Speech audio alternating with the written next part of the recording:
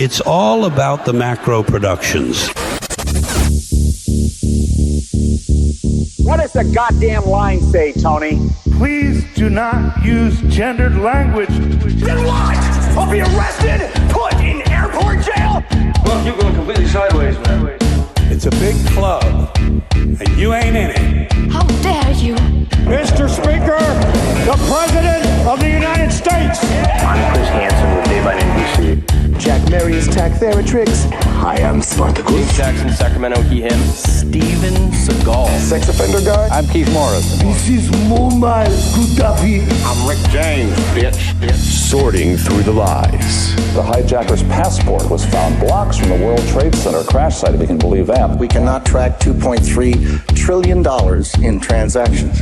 And uncovering the centuries-long plan for world domination. Learning about Cuba, having some food. Let's talk about Chinese people. Have you ever been in a Turkish prison? Swangles and Fort Lauderdale? I have sent 6 of my Libyan missiles to blow up the CS hardware department. Nothing could be more fun than jumping off a cliff with 2 German bisexuals. Oh, you English are so superior, aren't you? Thank you, comrade. And now, Macroaggressions. That's what assholes call it. With your host, Buddy, I don't know who you are, but you're about to get chlamydia. Charlie Robinson. Hey, Whitey, where's your hat? You want to drop the blame on Charlie and say it's all Charlie's fault. He was a retard. I get some goddamn diuretic.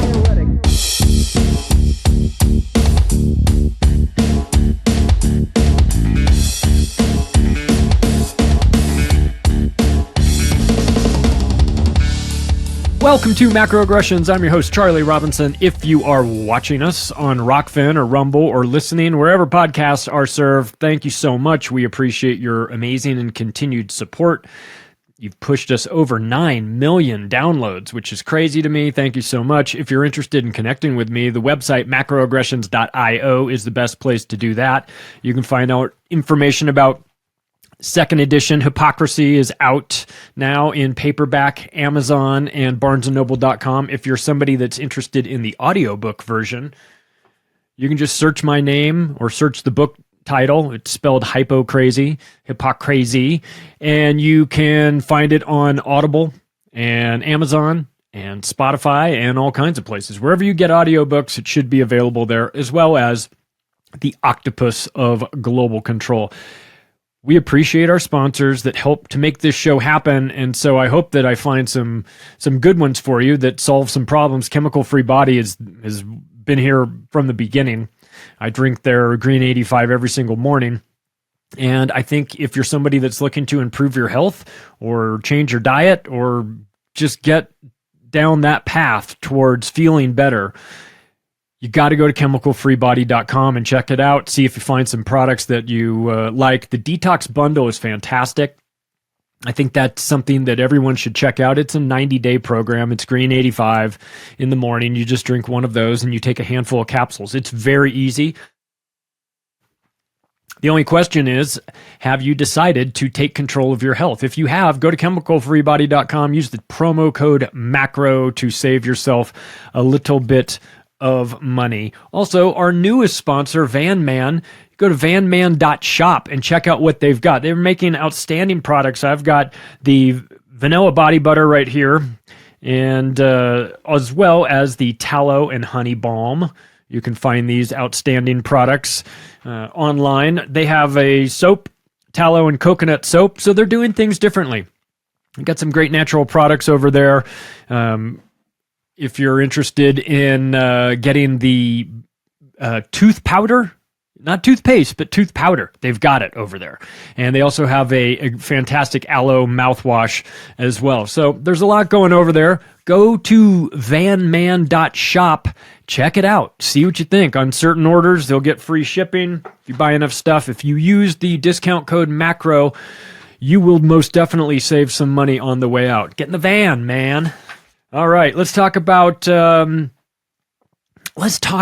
Johns Hopkins University. We're gonna call this Deep State University, Deep State U. Not a good place. Not not the best. I mean, it looks good on your resume if you want to go get a job in medicine. It's a great spot to have for your resume. If you're somebody who is actually concerned about helping people, not getting them on some sort of pharmaceutical treadmill, then it's probably the worst place you can go, because you're going to get fully indoctrinated there. You're going to be a believer that there's only one way to do it, that it's allopathic medicine, naturopathic medicines, or chiropractors, or anybody that's working outside of that established, approved narrative is going to be witch doctors to you, you know? And that's how it was set up. That's not accidental. That's by design.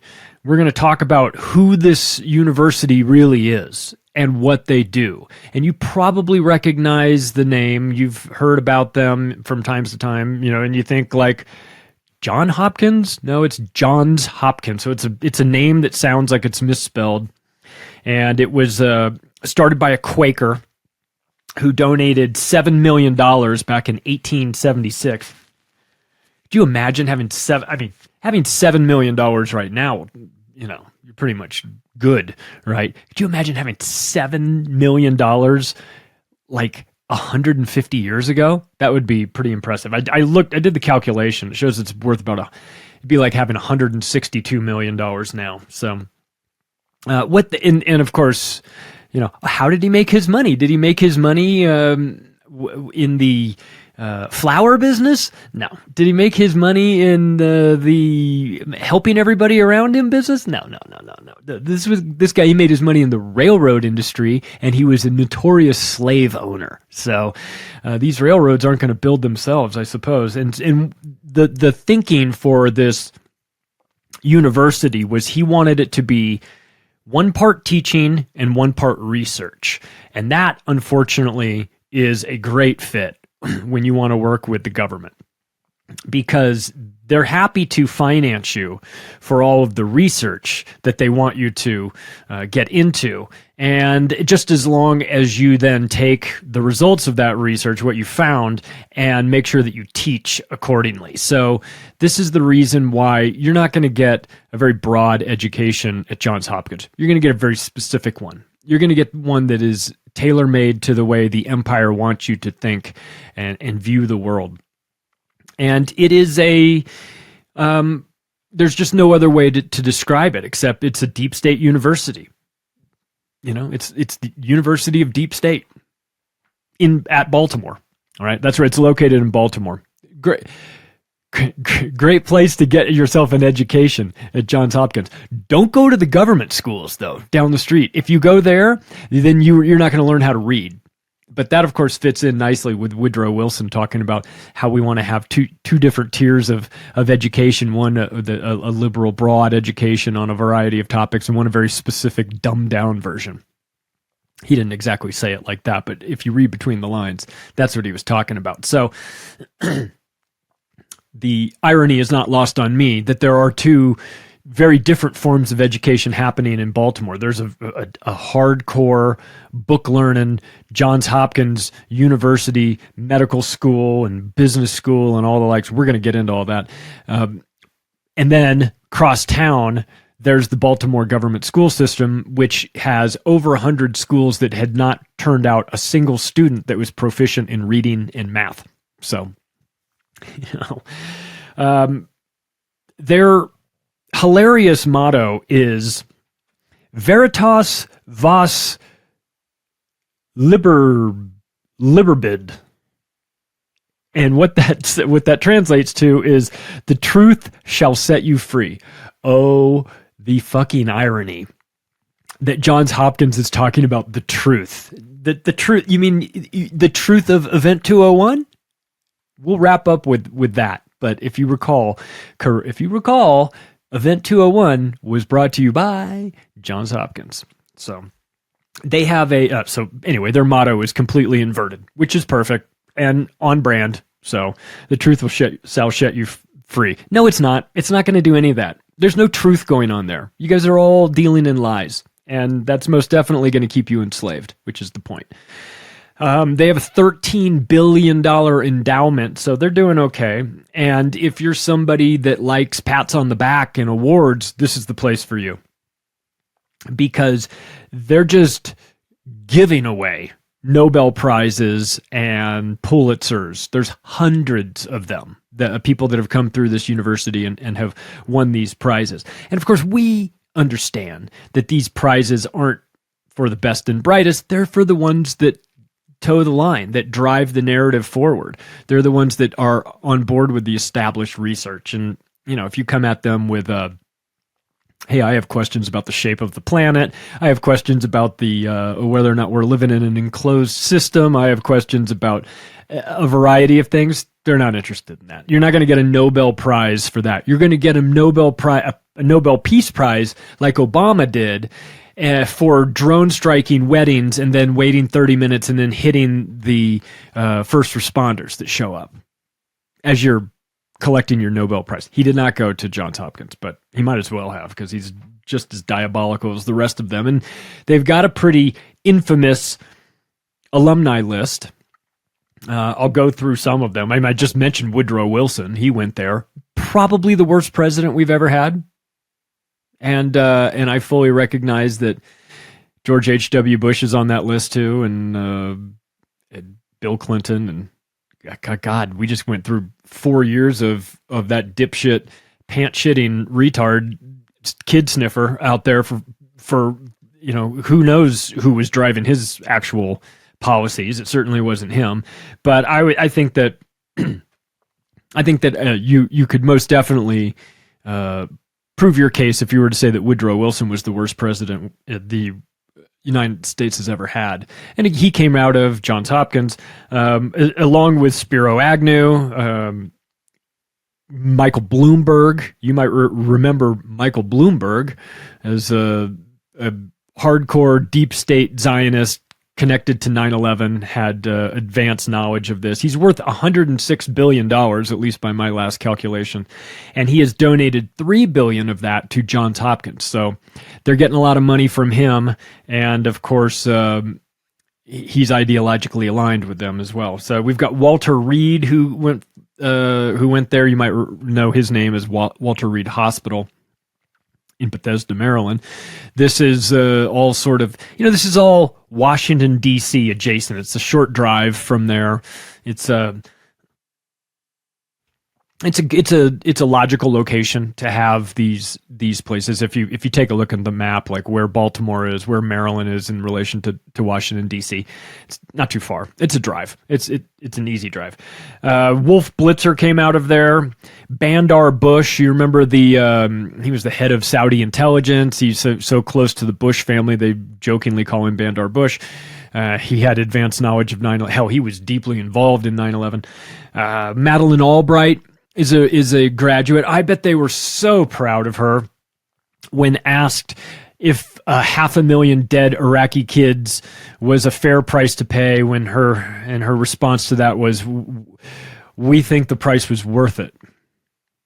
Congratulations. That's Madeleine Albright, a representative of Johns Hopkins University. She's been involved in all kinds of things, so they certainly did not shun her after that statement. She's on board with their ideology. And it's important to recognize this is not some school you send your kids off to if you want them to be a good person in life, learn some valuable life lessons. This is where you send them if you want them to become a spy, or you want them to become a central banker, or if you want them to invent some new virus that's going to depopulate the planet, or whatever. That's what you do here. John Malone, $10 billion net worth, Liberty Broadcasting.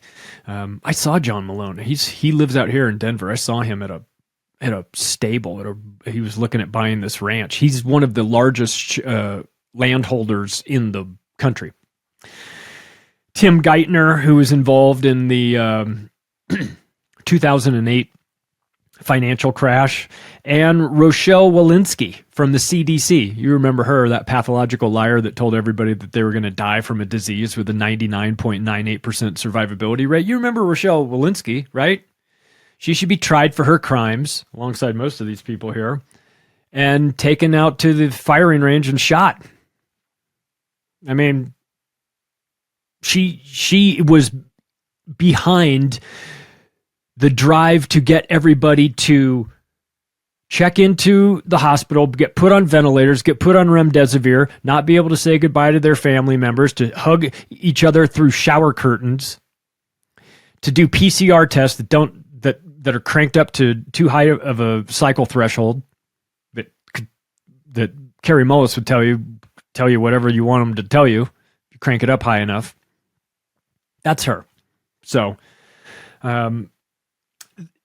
there's a bunch of different divisions within Johns Hopkins University. It's a university, which means it's made up of a variety of colleges inside of that. And I'll list them off and when they were established. Some of them are more diabolical than others, but Johns Hopkins University started in 1876 with that $7 million donation. The Rockefellers had their fingers in all of this as well. The Carnegies were involved. They had their fingerprints all over this it's not a surprise, but that's sort of the group that was that's the group that was behind this, and maybe not necessarily initially at the founding, but as time went on, they were involved in financing it and making sure that, especially with regard to the medical system, the medical school, Johns Hopkins was a huge player in that. So they have something called Johns Hopkins Foreign Policy Institute. If you want to be a spook, you go through that. If you want to get put into, be an ambassador to Poland, you go through the school and then you work your way up the chain to the point where you're drinking baby's blood and all that good stuff. And then they make you an ambassador.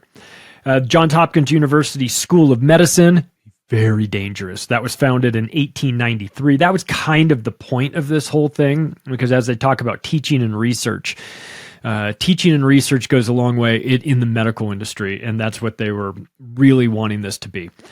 Johns Hopkins Hospital was 1889.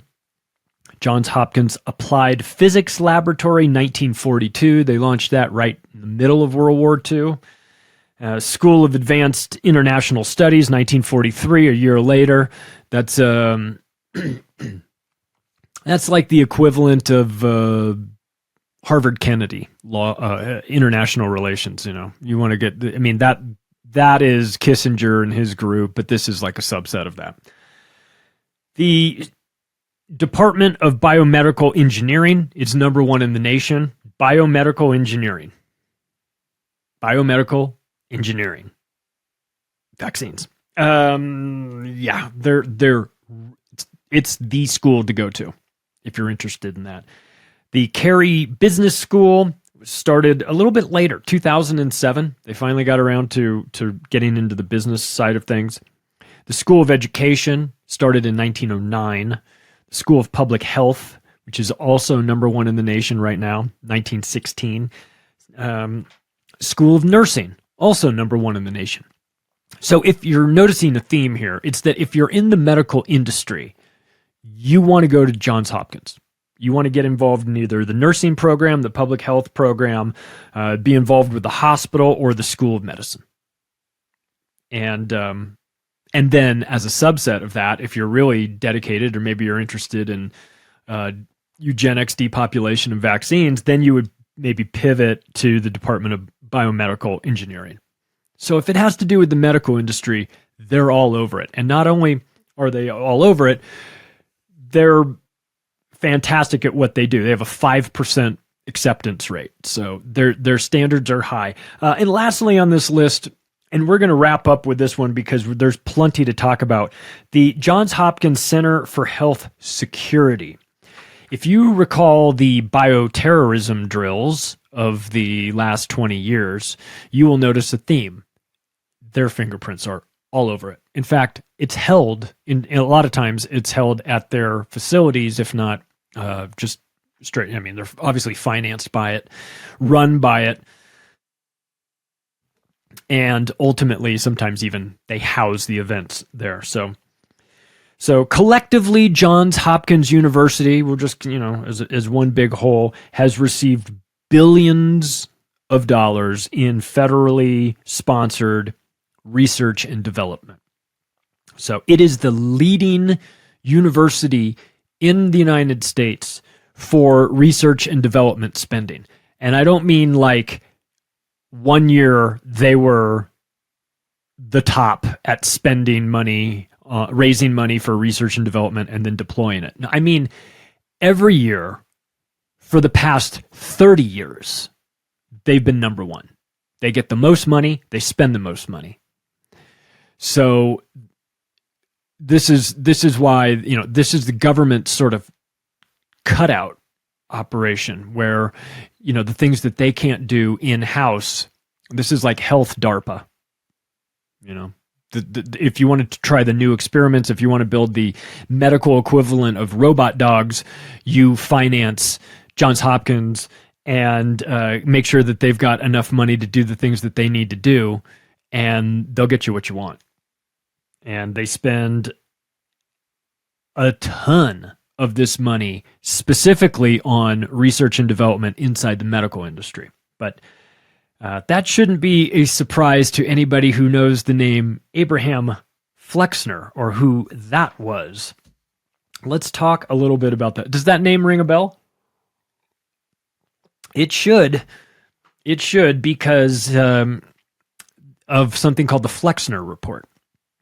We've done an episode on that, talking about the Rockefellers and their establishment of the medical schools. And Rockefeller financed this guy. He was a medical alumnus from Johns Hopkins.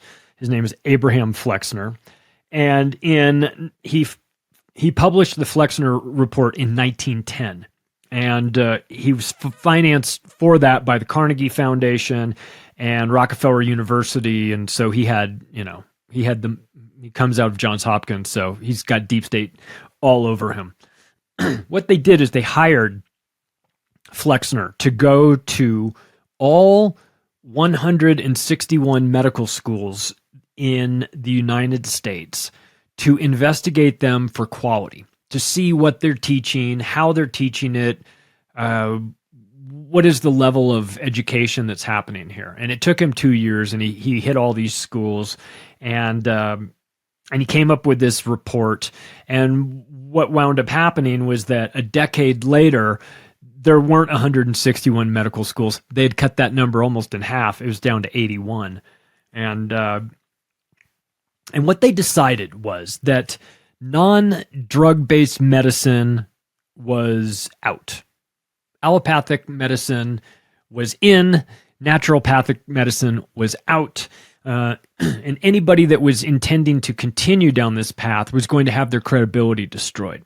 Anybody that was dealing with herbs and reflexology or whatever, anything that they can't sell you, was going to be deemed Chinese quackery, just woo-woo. And of course, they controlled the newspapers too. So it's easy to make your opposing side look crazy when you come out and you've got all the money in the world because you're backed by the Carnegies and the Rockefellers, and then you've got control of the media, and their plan is to start the medical schooling industry cartel. And they had big ideas for doing that. They ultimately did achieve that goal. And in doing so, they demonized anybody that wasn't selling the sort of, quick fix in a pill that they were into. The traditional, traditional now, since it's been around for so long, but the pharmaceutical drugs, the pills that you take, these are all petroleum based. And of course, the Rockefellers are in the petroleum industry. So they were finding new uses for their products that didn't necessarily have to do with just oil and gas. And part of what they found was that they could make these synthetic chemicals, and they could use them to make medicines, and that these medicines would be able to be sold. And they created this industry where you have to become a certain kind of doctor. You have to get your credentials. You have to go through an approved medical school. Then you have to wear a white lab coat because, let's not kid ourselves, there's psychological programming going on in this too. You have to have that sense of authority, and the white lab coat does that. That's the reason why Peter Hotez does his interviews from home while wearing his lab coat, while I'm assuming not treating anybody in his basement, though I could be wrong. He could have small children kidnapped in his basement. If you've ever taken a look at Peter Hotez, that's not out of the realm of possibility, but I digress.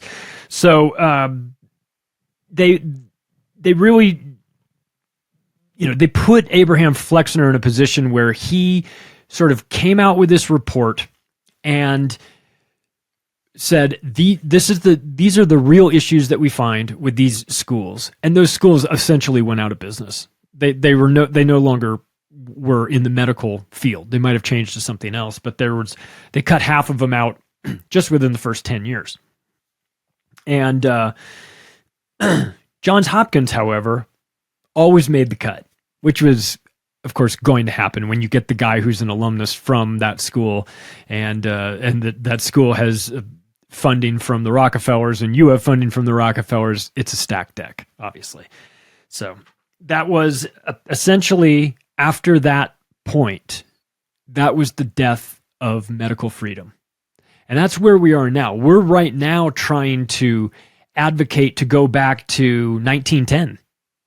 If we do it right, if we're able to claw back against the pharmaceutical industry, what victory looks like to us is, let's go back to 1910, before this medical cartel was in control. Let's talk a little bit about Johns Hopkins University being Spook U.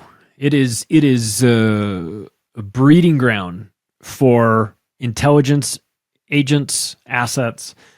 They have a long history of working with foreign governments. The Mossad worked with Johns Hopkins University for human testing of infectious diseases on poor blacks in Soweto in South Africa, Southwest Township. There was a it's sort of the tell is, hey, why is the Mossad sending medical supplies to a black community in South Africa? That doesn't really make sense with their goals.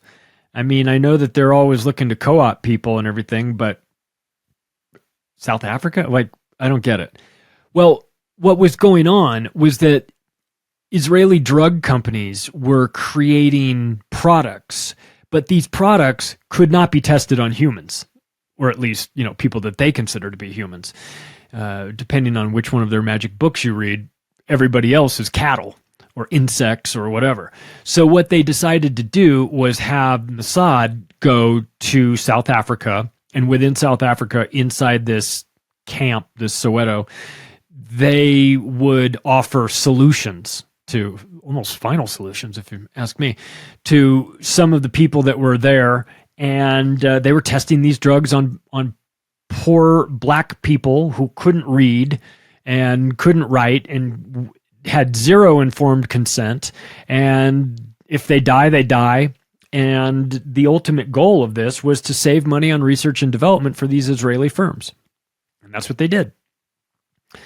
So, and the hospital, and in these documents where you find them discussing that they're doing this, they mentioned that they're working closely with a hospital in Baltimore. We know which one it is. I mean, it's not Baltimore General, if I don't even know if there is one, but if there is one, it ain't that one. So it's Johns Hopkins. That's what they do. That's why they are in the position that they're in. So you find that when you peel back the layers just a little bit, this is part of the eugenics program as well. It's a eugenics hospital. It's a very devious place. Now it's hidden under the guise of saving people, and in this case, it's not just medical. They also get involved in international relations and politics and things like that. But you just, again, it always pays to follow the money. And when you take a look at, well, where is this money coming from for this school? Sure, some of it is tuition, but you don't get a $13 billion endowment just from tuition. You got to get that from wealthy alumnus who want to sprinkle money around and put their names on buildings and things like that. You also get that from governments, government research grants. You get it from, spy agencies that want to work with you. So there's a lot of money there. So when you take a look and see where is it coming from, well, it shouldn't surprise too many people that it's some of the worst NGOs around. The Hewlett Foundation, depopulation. Climate Works, fake climate change under the guise of saving you from the environment, but hidden right below the surface is depopulation. Koch Family Foundation, Open Philanthropy, which is not Open Societies. Again, it's Open Philanthropy. That's Dustin Moskovitz, Facebook, Event 201, that guy, that Facebook billionaire. He's given a lot of money to them. And NASA. Never a straight answer. Need another 7 astronauts. NASA.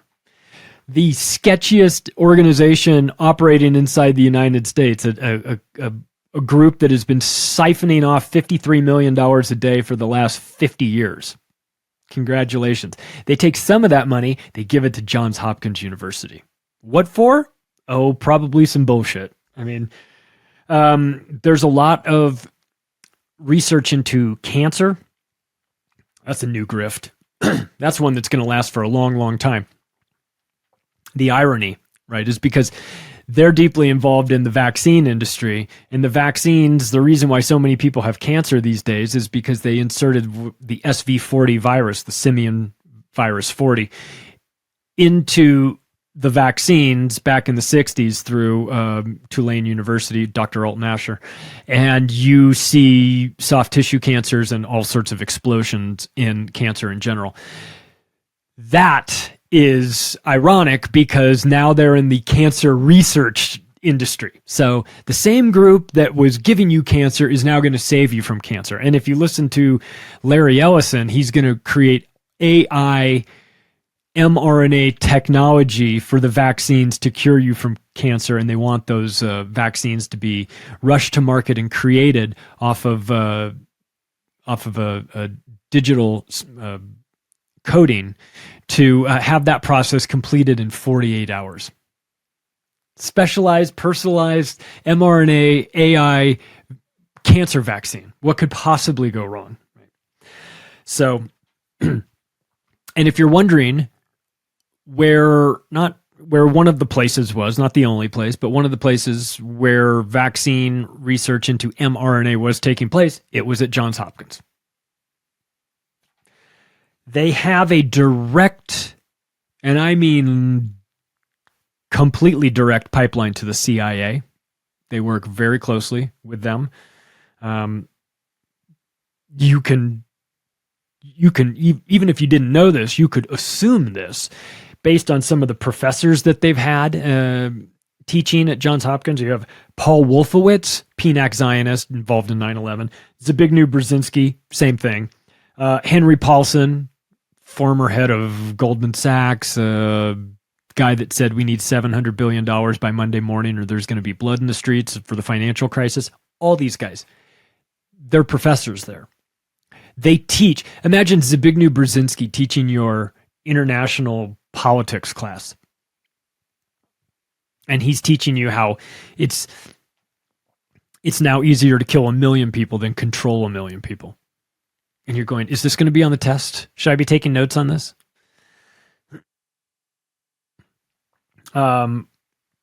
This is one of the universities, one of the very few universities that has a specialty. You can go to school at Johns Hopkins with an emphasis in terrorism expert. You could be a terrorism expert from this school.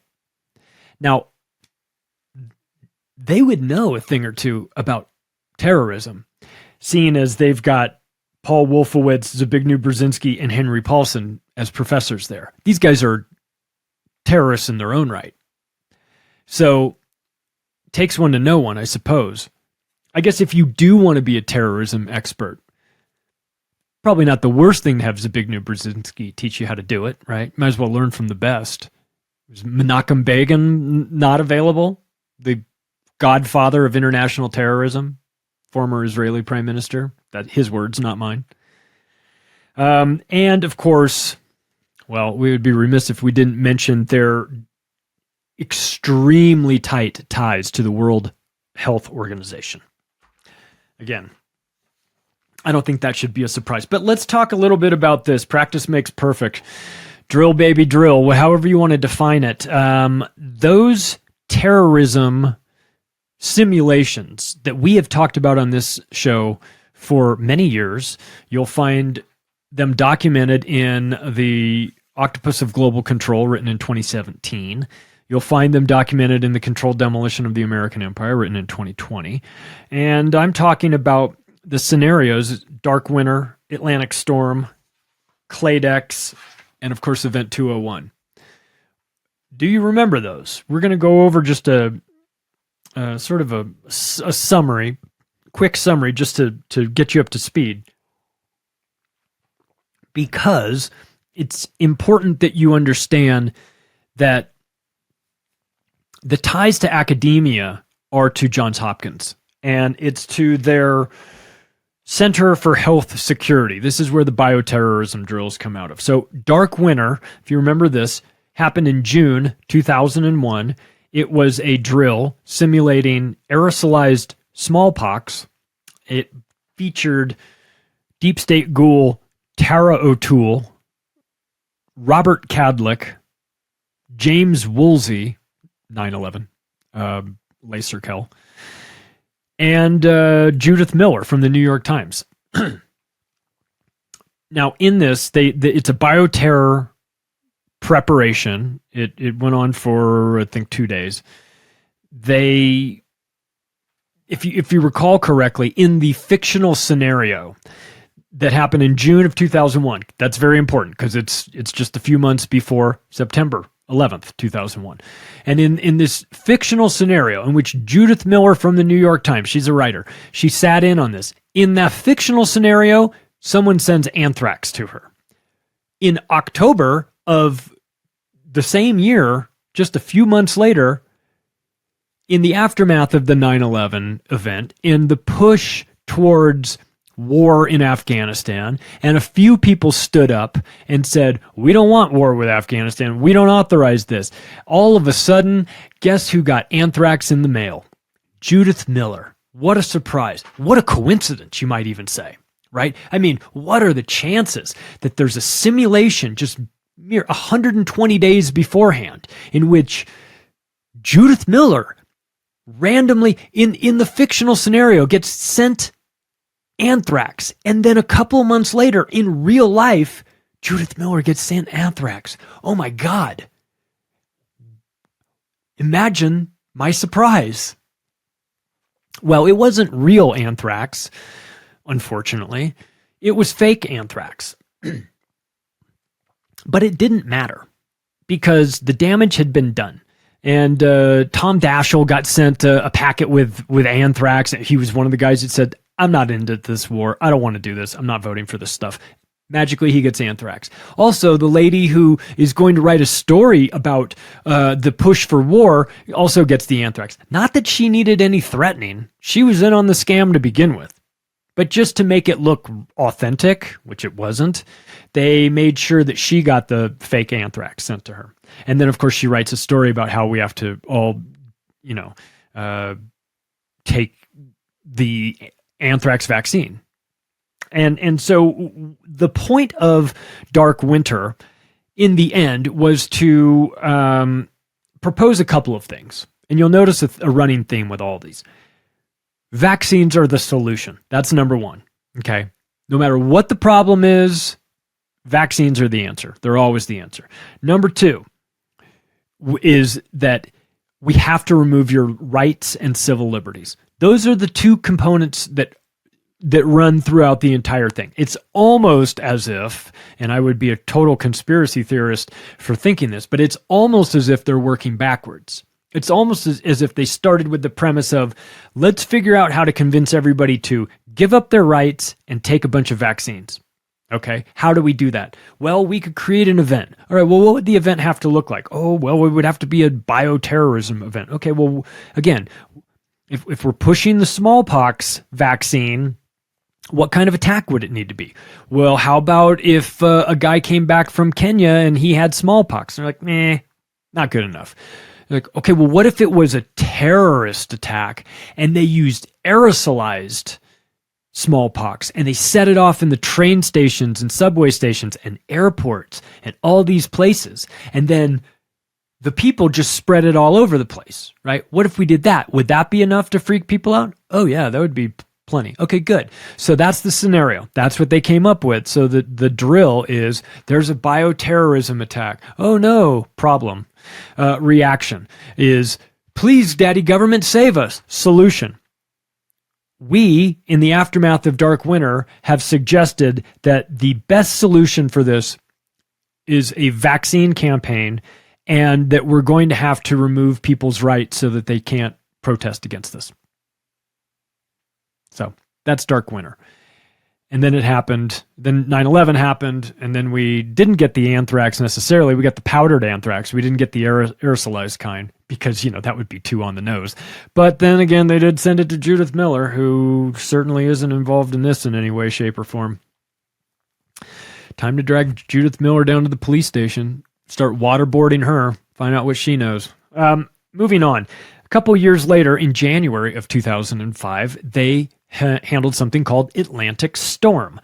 The people that were involved in this: Tara O'Toole, again, Thomas Inglesby, he's awful, Madeleine Albright of the 500,000 Dead Iraqi Kids and alumnus of Johns Hopkins, and members of the Bilderberg Group, the Council on Foreign Relations, and members of European politics. Now, this was financed by the German Marshall Fund. It was Guido Goldman runs that, good friend of Jeffrey Epstein, and also the Sloan Foundation, depopulation.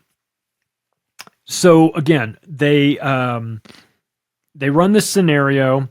It's a bioterrorism attack, and surprise, vaccines are also the answer in this totally fictional scenario, right? Isn't it funny that it always seems to be that way? There were two issues that they came. This was a European-centric simulation. So they were trying to figure out how to get the Europeans on board with vaccines. And the answer to the question of how do we solve this bioterrorism problem was twofold. A, send in the vaccines, and B, send in NATO. So you can see, again, this is like, how do we get the Europeans to demand NATO get sent in and to sign on to vaccines? Well, we create a fictional scenario of bioterrorism attacks, and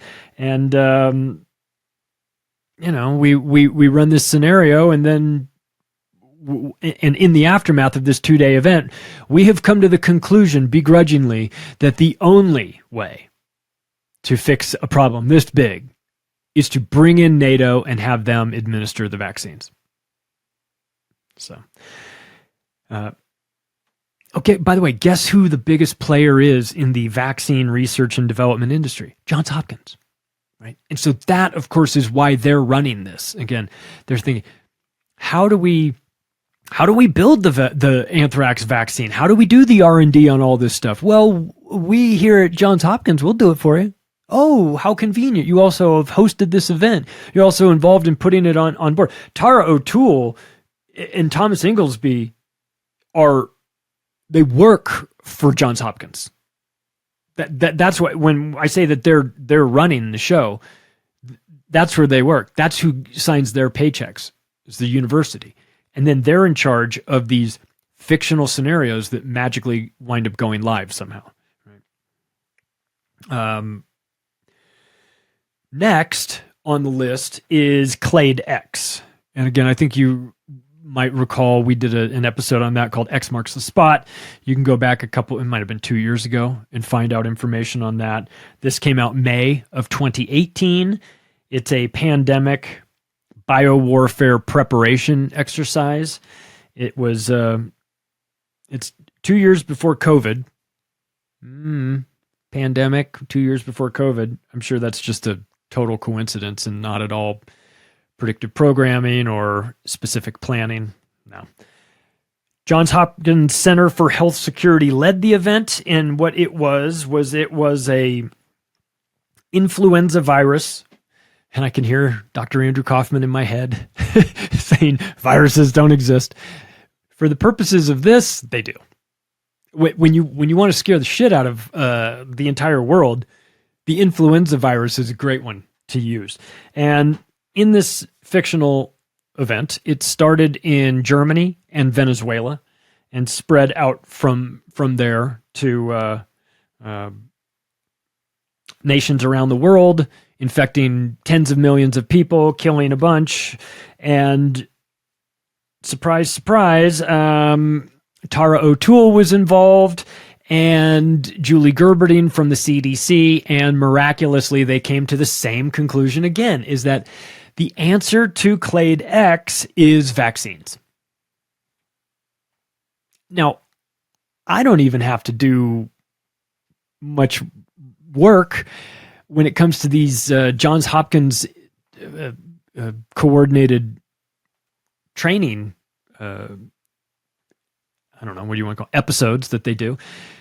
All I need to know is that they're involved, and I already know what the outcome is going to be. The answer is going to be, we need more vaccines. We need them faster. We need them to be deployed quicker. We need international help. We need to have Julie Gerberding from the CDC involved in this because, I mean, this is a dress rehearsal for what we're going to be doing during COVID. I mean, they can't come right out and say that, of course, because if they were to talk about how they are, you know, they keep these things under wraps. I mean, you can go and watch they film it.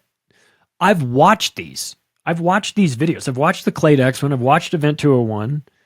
I think I watched Dark Winter. So it's only hidden. It's only hidden from people that don't know it's out there. But as soon as you hear about it, you go, this sounds crazy. This guy's got to be making this up. It can't possibly be this way. Well, go watch it yourself. You know, they don't talk about how they're going to, they don't talk about how they're the ones that are going to release the bioweapon. You know, it's always terrorists somewhere. But the solutions are always the same. And the reason why the solutions are always the same is because the people that are running the simulations are always the same too. It's coming out of Johns Hopkins. It's got Tara O'Toole involved in it, or Robert Cadlick, or Thomas Inglesby, or all three of them. And it's going to be bad. And the only solution that they're going to provide for you is going to be injections. And the only question is, are they going to be voluntary or forced? And they talk about this. They talk about the messaging that needs to be had in order to convince people to line up for this. They talk about how they're going to do it. They talk about the problems they're going to face with it. If you've read the SPARS pandemic document, I encourage you to do that. It's like getting the answers to the test. You know, you see this and then you go, this is how they're going to roll out COVID. Now, you don't know COVID's coming at the time, but in retrospect, when you read it, you go, holy shit. Like they even had it down to the same messaging. Hashtag vaccines work. BZ, the fictional rapper. Just like back that vax up. You know, all that stuff. I mean, they use the same sort of messaging. And so, you know, it's a little bit more difficult to extrapolate out forward when you read one of these events, or if you were watching, or if you were actually at one of these events in the audience or participating in some way. You would be a couple of years in advance of some event coming out, but you just have to look at what they're testing for and what the fictional scenario is, and the reality is going to be somewhere in that area. Maybe not exactly every single time, you know, powdered anthrax as opposed to aerosolized anthrax, but you get the point. They didn't even mix up the poison, right? They just kept that the same too. So sometimes they're very lazy about it. Let's move on to the last one that they did, and this was the most important one. I think this is the one that everyone knows. That's Event 201. And this was the smoking gun. This one, they didn't even wait 2 or 3 years between running the simulation and rolling it out in reality. They only waited 6 months. This happened in October of 2019. Okay.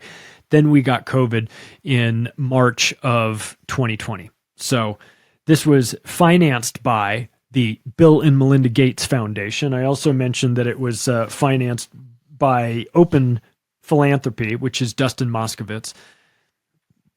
These people are eugenicists. That's the running theme between all of this. These people aren't talking to you about how we're going to save your health or improve your health.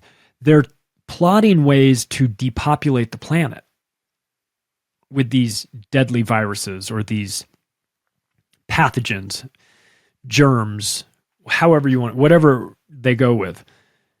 This isn't about preventing the next pandemic. This is about streamlining the process for it, making sure that it happens, making sure that it's extremely deadly. This is, in Event 201, there was a coronavirus that came out of a wet market and swept the world, killing 65 million people, and only fizzled out when an experimental rush-to-market vaccine that was greenlit because of an emergency use authorization gets approved. Wait, where else did we hear that? Oh yeah, COVID. They're running the same. This is the playbook that they're using for it. And Johns Hopkins is involved in it. So when I say it's a deep state university, I'm not kidding around. This is where they know they can go and run these things without, too much suspicion. I mean, if you go and do this on the campus of, I don't know, University of Alabama, there'd be some people asking questions about this. But if you do it at Johns Hopkins, you know who you can trust. You know who is in that group. They probably have hardcore security clearances, and they've definitely been tested over the years to make sure that they're not going to talk about what they're up to. Again, as a running theme for the 3 other simulations that were out there, the recommendation in the aftermath of Event 201 is to accelerate the development of vaccines. So it's always vaccines.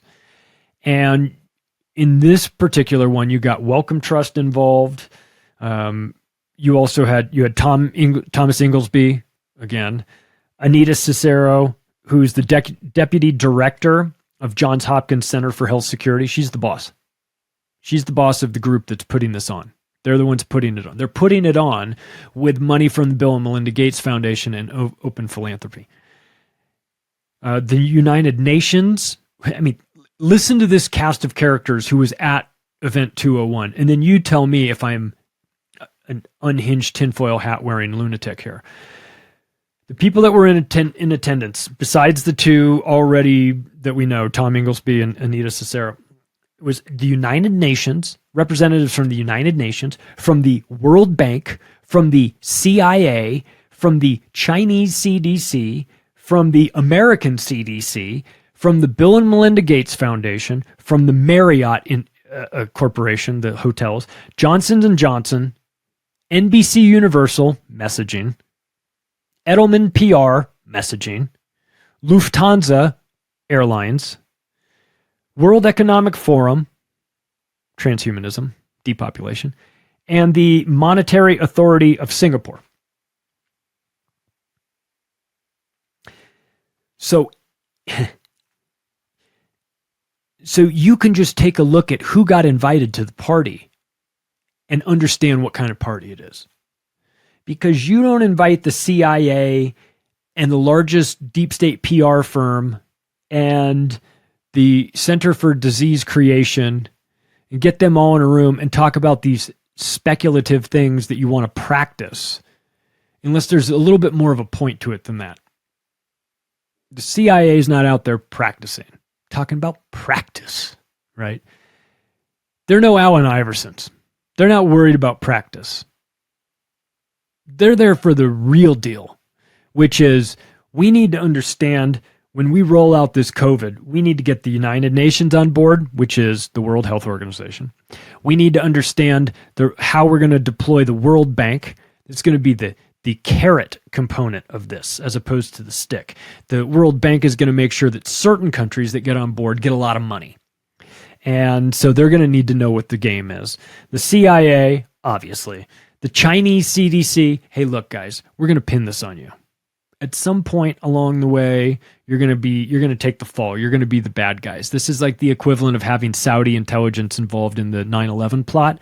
It's, hey, listen, you guys are the heels in this. You're the boogeyman.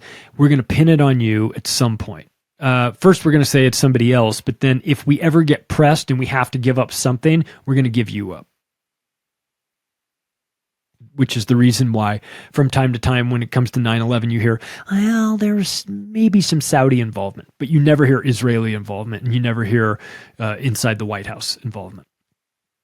So you've got these people here. You've got Marriott and Lufthansa logistics, right? Flights that are going to be canceled and grinding to a halt. We're going to need to have a talk with the Lufthansa, which is a German air carrier, because we're going to make international travel untenable. We need to talk to the Marriott because you guys are going to have no customers for about a year. And you need to know that. And maybe we've got the World Bank, this is me speculating here, but maybe we've got the World Bank talking to the Marriott industry saying, don't worry, we'll get you taken care of on the back end. You're not going to run out of money. You're not going to feel a dent, but we're going to need you to go ahead and get on board with this. Because if you had a hotel that was going, I'm not participating in this. This is crazy. Like, we're running a hotel here. We're running a business. If people want to come and stay here, they can come and stay. If you had hotels that were going off the reservation that way, or if you had airlines like Lufthansa going, we're not doing this. This is slitting our own throat. You would have to have some sort of arrangement in advance. And my guess is that is why they are here as representatives of the hotel hospitality industry and representatives of the airline industry. And of course, the Monetary Authority of Singapore. Not that Singapore was necessarily involved in any of this, but maybe that's to get Southeast Asia bought in on this. I'm not really sure. You'd have to ask them. You'd have to ask them why they were at Event 201. A totally fake event simulating the outbreak of a novel coronavirus that sweeps the globe, shutting down air travel and shutting down the world for years.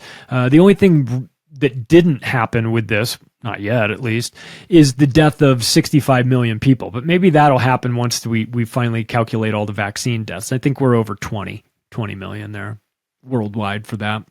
So we're getting there. The next couple of years, that number will probably double, I would think. The wheels are falling off for the people who've taken 4 vaccines. It's a long slog for them. They're not going to be around a whole lot longer. But if there is a simulation, I'll put it to you this way: if there's a simulation of bioterrorism, it's probably being run by Johns Hopkins spook-infested university. And if it's not, well, whatever. You can make that. You could just make that assumption, because when you dig through all of these, there is a common denominator. Johns Hopkins is involved, and the only solution is vaccines. So, false, and also let's not forget about this, because Johns Hopkins University was involved in repeating and selling this lie, the false numbers, the media disinformation, the fear, all of that, all the lessons that were all the lessons that were learned through these drills, starting in 2001 and running all the way up to 2019. The lessons that they learned were weaponized and rolled out during COVID. It became part of the plan. And Johns Hopkins was involved in that. They were setting the narrative. I mean, you've got Fauci, his orbit is pretty close. It's similar. He's involved in has ties to this university. He's been, he's been in it for 40 years. And this hospital has been involved for 100 years. So I'm just talking about the role-playing events that happened in the last, just in this century. I'm not even going back. God knows what they were doing in the old days of polio, the polio vaccines, and maybe the suppression of DDT. I haven't even gone into that. I'm sure they were involved in some way, shape, or form, because that's what it is that they do. So, I mean, this is just information for you to know, so that the next time you hear these names, the names of these universities or these health policy, the Center for Health Security, and you go, Center for Health Security, that sounds familiar. Johns Hopkins. Oh yeah, that's the group that ran Event 201. They're so interested in your health and your security, don't you know, as they're making you unhealthy and stripping you of your security at the same time. Just invert everything that they talk about, whatever they say they're doing, just flip it, and you're probably closer to the truth than elsewhere. But Johns Hopkins University is an intelligence cutout with huge government connections. It's the reason why they are where they are. It's the reason why they have the number one amount of funds for research and development. This isn't accidental. It's not that they're good at fundraising. It's that the government is giving them this money to create the things that they can't do. They can't be on the hook for, and they can hide it under research, and they can keep it under wraps because it's not the government who has to disclose these things, though they rarely disclose anything honestly. But they don't have to disclose it. They just have to give money for R&D to this other hospital and go, well, it's not us, it's them. They're doing, if anything happens over there, you can take it up with them. So it's like a incubator for deep state ghouls. That's what this place is. Like Madeleine Albright, prime example. If they had a mascot, if Johns Hopkins University had a mascot, it would be Madeleine Albright. And I think that would tell you just about everything that you need to know. A research facility gone wrong, exactly as it was designed to be. It's America's terrorism factory. That's the truth. Hey, if you like this episode, you can take the additional step right now of sharing it with your friends and family. I hope you've rated the show. If you think we've done a good job, give us a 5-star review. It helps. I hate to ask for it, but we got to play this stupid game. If you want to connect with me, macroaggressions.io is the place to do that. Thanks, everybody. I'll talk to you again soon.